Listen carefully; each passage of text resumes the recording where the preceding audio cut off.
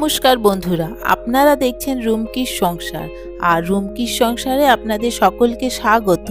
আজ আমি আপনাদের সাথে শেয়ার করছি ডিমের কুসুমের ওপর একটা রেসিপি, কুসুম কোরমা। এই রান্নাটার জন্য আমি এখানে হাফ করে কেটে নেওয়া 5 পিস আলুকে নুন হলুদ মাখিয়ে নিচ্ছি। এবার কড়াতে সর্ষের তেল গরম করে গরম তেলে আলুগুলোকে হালকা ভেজে তুলব।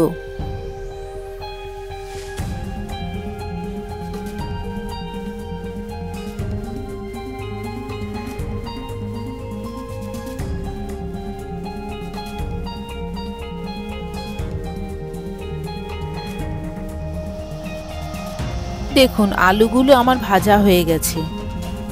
এবার এই আলু ভাজার তেলেই দুটো পেঁয়াজ বাটা দিয়ে হালকা করে নাড়াচাড়া করছি।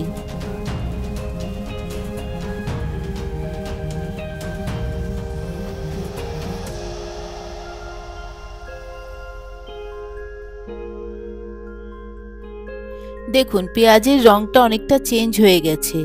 এবার এতে হাফ চামচ রসুন বাটা দিয়ে পেঁয়াজ রসুন একসাথে ভাজা ভাজা করছি।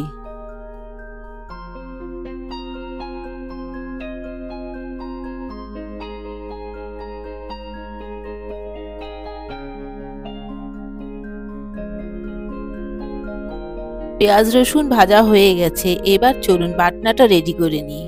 এখানে একটা পাত্রে হাফ চামচ করে হলুদ, জিরে ও লঙ্কার গুঁড়ো আর সাথে 1 চামচ আদা বাটা অল্প জলে গুলে নিচ্ছি।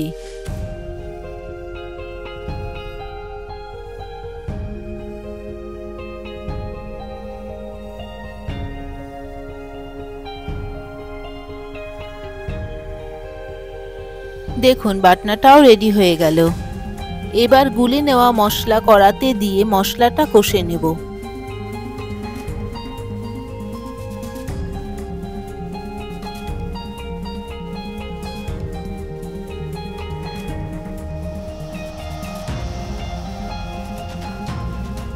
দেখুন বন্ধুরা মশলাটা কষানো হয়ে গেছে। এবার এতে 3 চামচ টক দই দিয়ে ভালো করে সবটা মিশিয়ে নেব।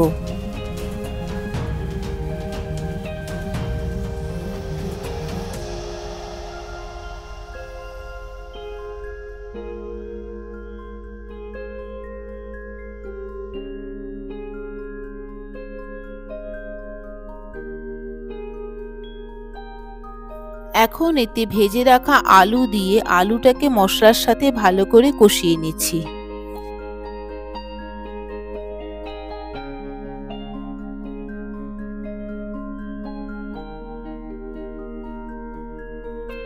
এবার এতে গ্রেভির জন্য পরিমাণ মতো জল দিয়ে সাথে পরিমাণ মতো নুন ও কাঁচা লঙ্কা দিয়ে নাড়াচাড়া করে ঢাকা দিয়ে দেব।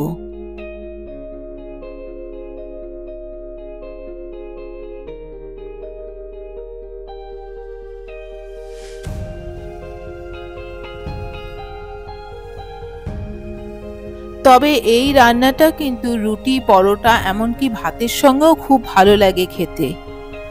আপনারা পারলে একবার ট্রাই করে দেখবেন। বন্ধুরা এবার চলুন আরেকটা পার্টের দিকে এগিয়ে যাই। এখানে আমি 4টে ডিম নিয়েছি, কিন্তু রান্নাটা আমি 6টা ডিমের করছি।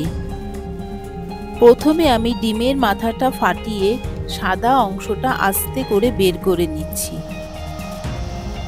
কুসুমটা ভেতরেই রয়ে যাবে। দেখুন ঠিক এভাবে।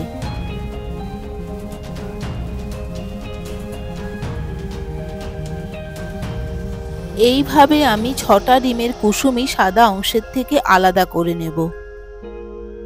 এখন ফ্রাই প্যানে অল্প সাদা তেল দিয়ে দিচ্ছি।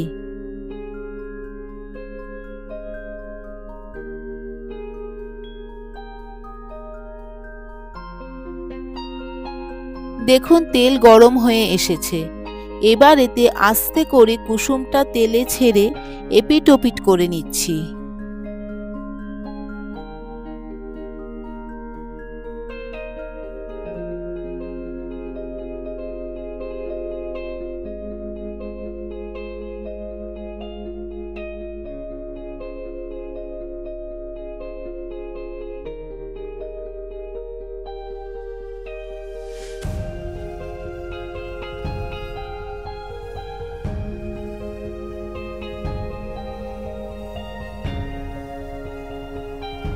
এভাবেই আমি 6টা কুসুম রেডি করে নিলাম।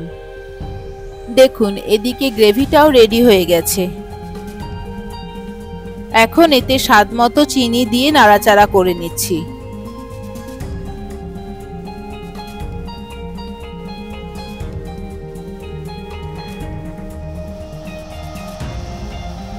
এখন অল্প গরম মশলার গুঁড়ো আর হাফ চামচ ঘি দিয়ে ভালো করে সবটা মিশিয়ে ঢাকা দিয়ে গ্যাস অফ করে দিচ্ছি।